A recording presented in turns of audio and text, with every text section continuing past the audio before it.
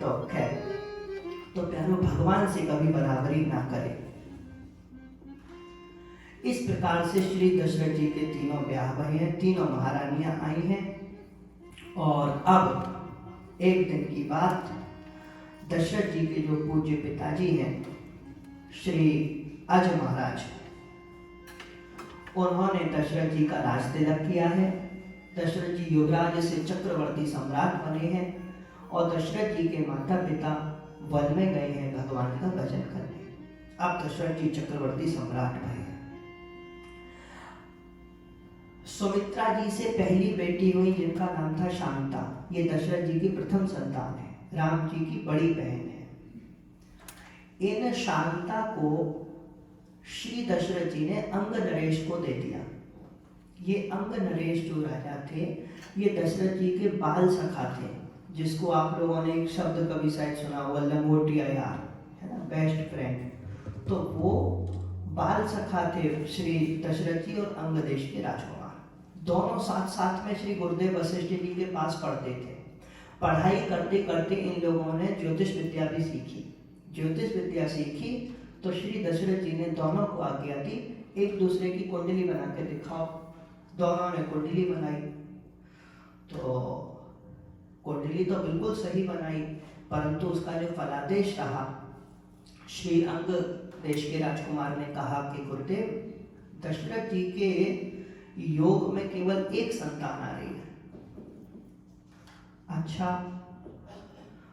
और दशरथ जी से पूछा इनकी कुंडली में? दशरथ जी ने सिर नीचे करके बताया, इनकी कुंडली में संतान का योग नहीं है। अंग के राजकुमार बहुत दुखी हो गए, अपने मित्र को अति उदास देखा है।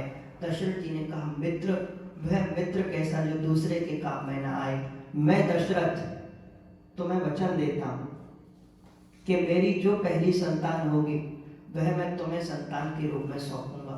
तुम मेरे मित्र हो, यदि सच्चे मित्र हो तो मेरी इस प्रतिज्ञा का मान रखना। अंग के राजकुमार के नेत्रों में अश्रु आए हैं। दोनों ने गुरुदेव के चरण में प्रणाम किया है।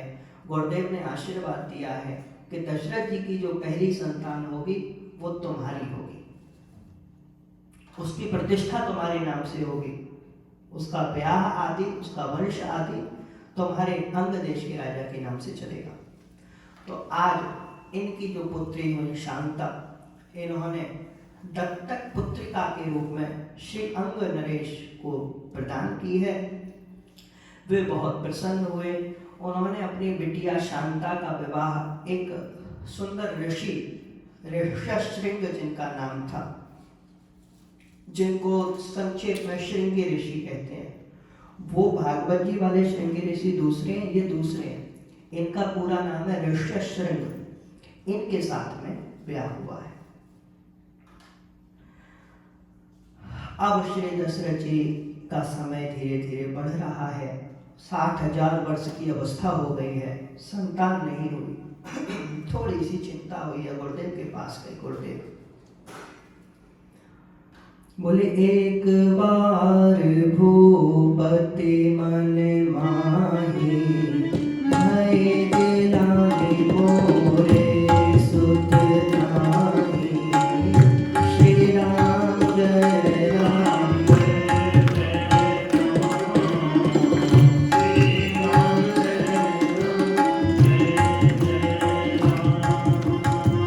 गुरु ग्रह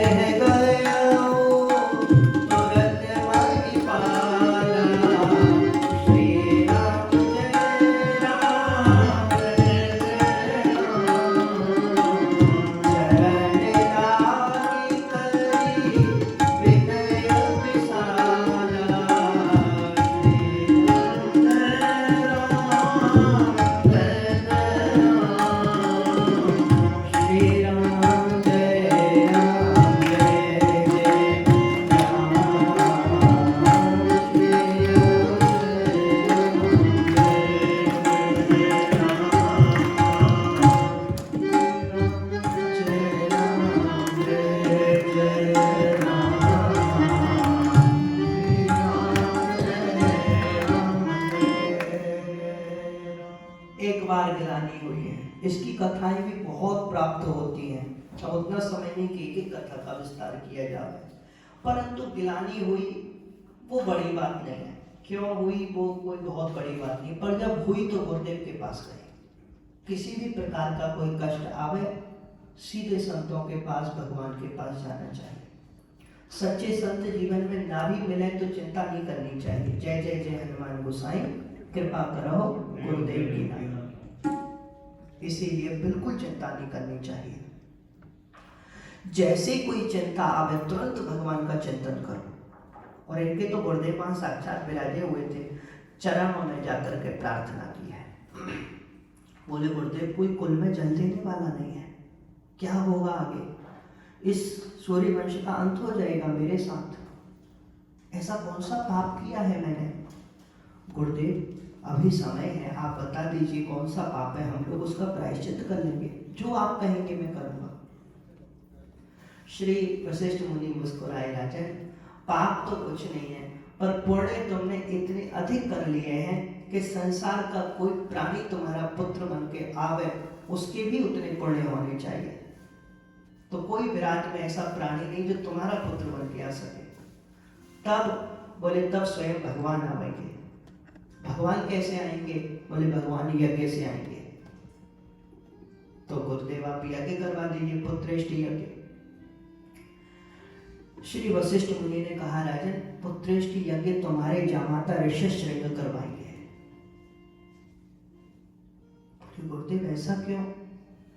बोले बेटा राजन, यज्ञ करने के लिए कोई भी अनुष्ठान, कोई भी व्रत, कोई भी पूजा पाठ, कोई भी आप कथा भी सुनने बैठ रहे हैं, किसी भी भगवतीय कार्य में जो सबसे पहली शर्त होती है, प्रथमम तो मनः शौध्यम, श्रीमद् देवी भागवती में लिखा है, सबसे पहले मन शुद्ध होना चाहिए। जितना निर्मल मन होगा उतनी जल्दी फल मिलेगा। तो तुम्हारे जो जामाता है ऋष्यशृंग बहुत निर्मल मन के हैं। श्री दशरथ जी को आश्चर्य हुआ, बोले गुरुदेव निर्मल मन के तो आप भी हैं, आपने तो कभी कोई जीवन में अधर्म नहीं किया। श्री दशरथ जी से वशिष्ठ मुनि बोले राजन अधर्म तो नहीं किया, पर हम जानते हैं कि अधर्म क्या है, हम जानते हैं कि अन्याय क्या है। भले ही नहीं आचरण में नहीं है पर बुद्धि में तो है। तुम्हारे जामाता ऋष्यशृंग की तो बुद्धि में भी नहीं है पाप होता क्या है, अधर्म होता क्या है। वे तो ऐसे अद्भुत महात्मा हैं कि एक वेश्या को भी देखते हैं तो ब्रह्मचारी समझ के आरती करना शुरू कर देते हैं। जड़ चेतन जग जीव जत सकल राममय जान, बंधव सबके पद कमल सदा चोरी जुगपान। गोस्वामी जी की ये पंक्ति तुम्हारे जामाता के हृदय जीवन में बिल्कुल सटीक बैठती है, संपूर्ण प्रासंगिक बैठती है। बहुत निर्मल मन के है। मेरा ये विश्वास है, दशरथ जी से कहा राजन मेरा ये विश्वास है, देखिए हम यज्ञ करेंगे फल तो मिलेगा पर विलंब होगा, और 8 बजने वाले हैं, समय उतना है नहीं है सोच लो। और तुम्हारे जामाता ऋष्यशृंग यदि यज्ञ करेंगे तो मेरा ये विश्वास है और मेरा ये वचन है, एक आहुति के अतिरिक्त दूसरी आहुति की आवश्यकता नहीं पड़ेगी।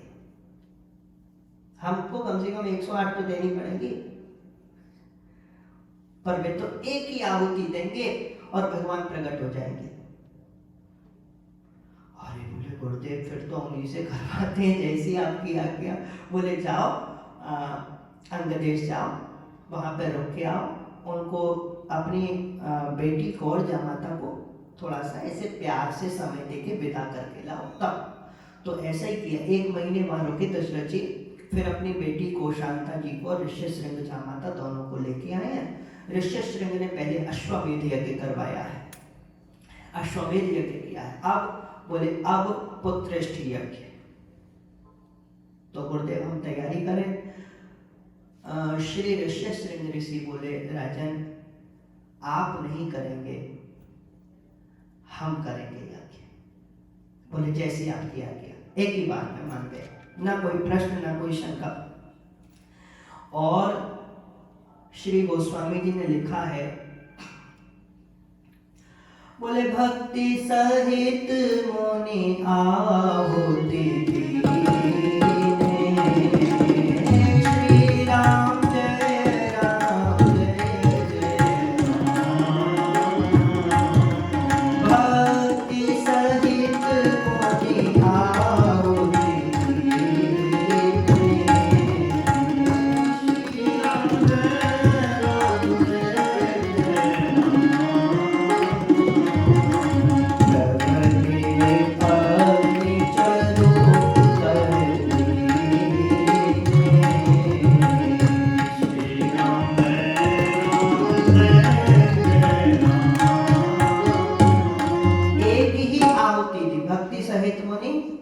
आहुति दी। उधर देवता लोग विनती कर रहे थे जय जय सुरनायक करके भगवान की। भगवान प्रकट हुए, सब देवताओं ने बातें बताई, ऐसे से बहुत त्रस्त रावण से। भगवान बोले चिंता मत कीजिए, श्री दशरथ जी के यहाँ हम पुत्र बन के आ रहे हैं। इतना कह के भगवान अंतर्हित हुए। भगवान ने ही, ध्यान से सुनिएगा, भगवान ने ही चरु का रूप धारण किया है। चरु में खीर थी, भगवान ने ही चरु का रूप धारण किया, ब्रह्मा जी के हाथ में प्रकट हो गए। ब्रह्मा जी ने तत्काल प्राजापत्य अग्निदेव को प्रकट किया है, वह चरु दिया है। बोले एक आहुति से दूसरी आहुति न गिरने पावे, आप तुरंत प्रकट हो जाइएगा।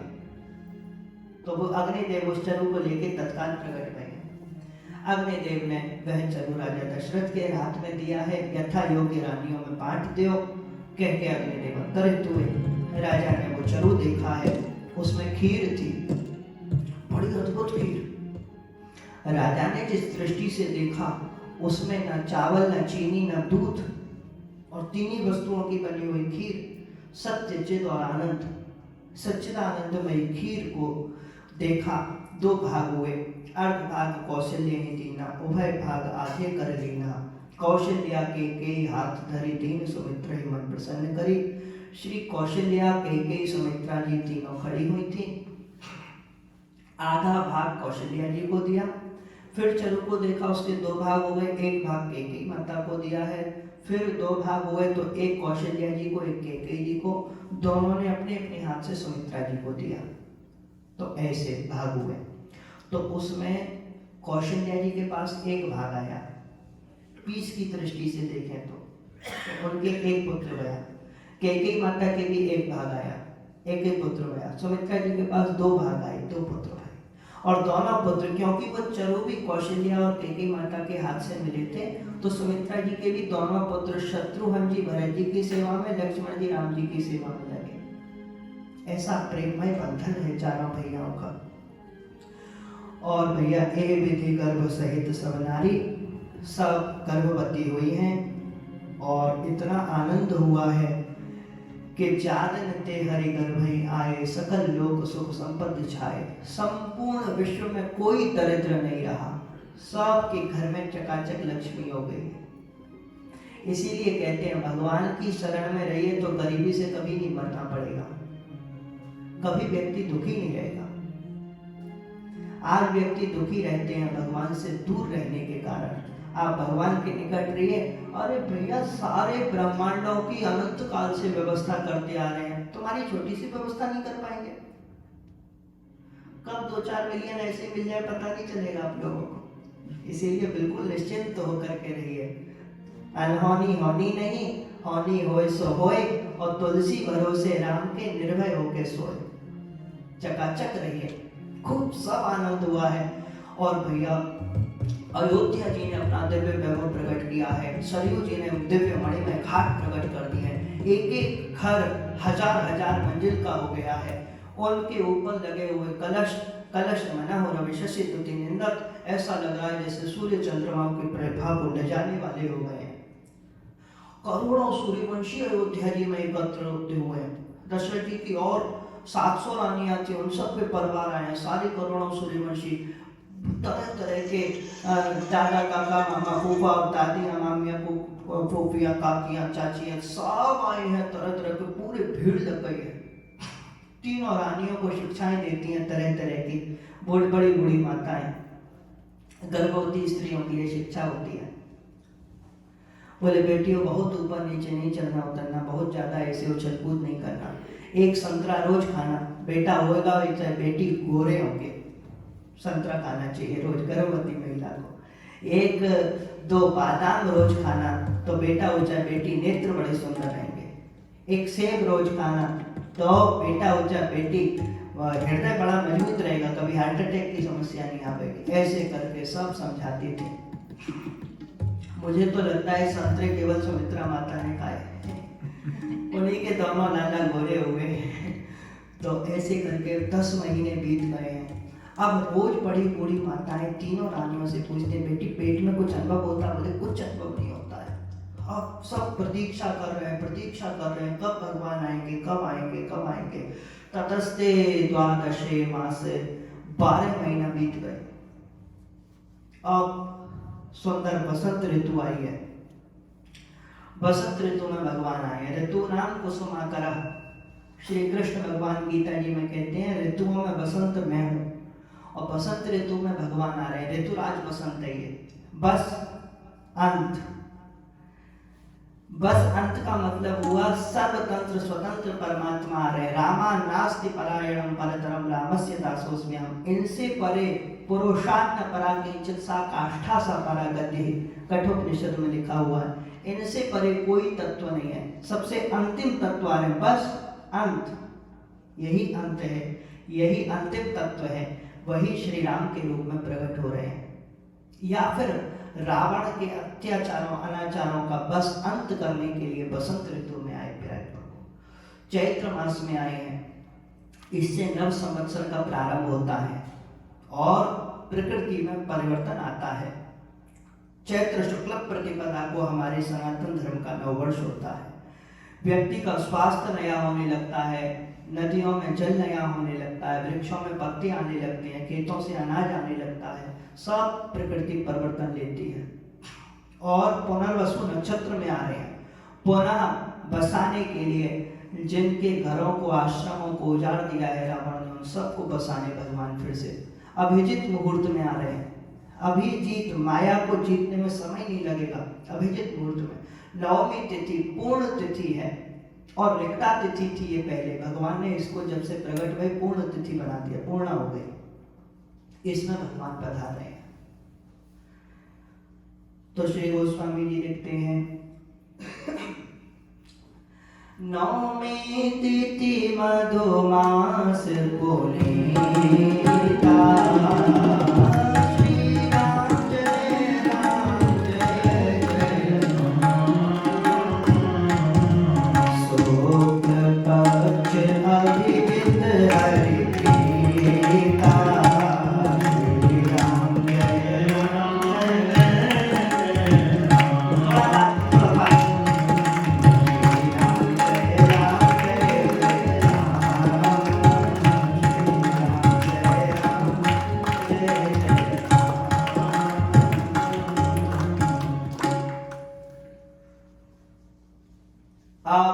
भगवान के आने का समय हुआ है।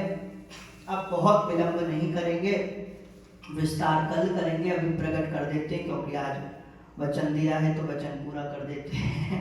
और वैसे भी इनको प्रकट होने में बहुत समय नहीं लगता। प्रातः काल दशरथ जी ने पूछा है गुरुदेव कब शुभ समाचार मिलेगा?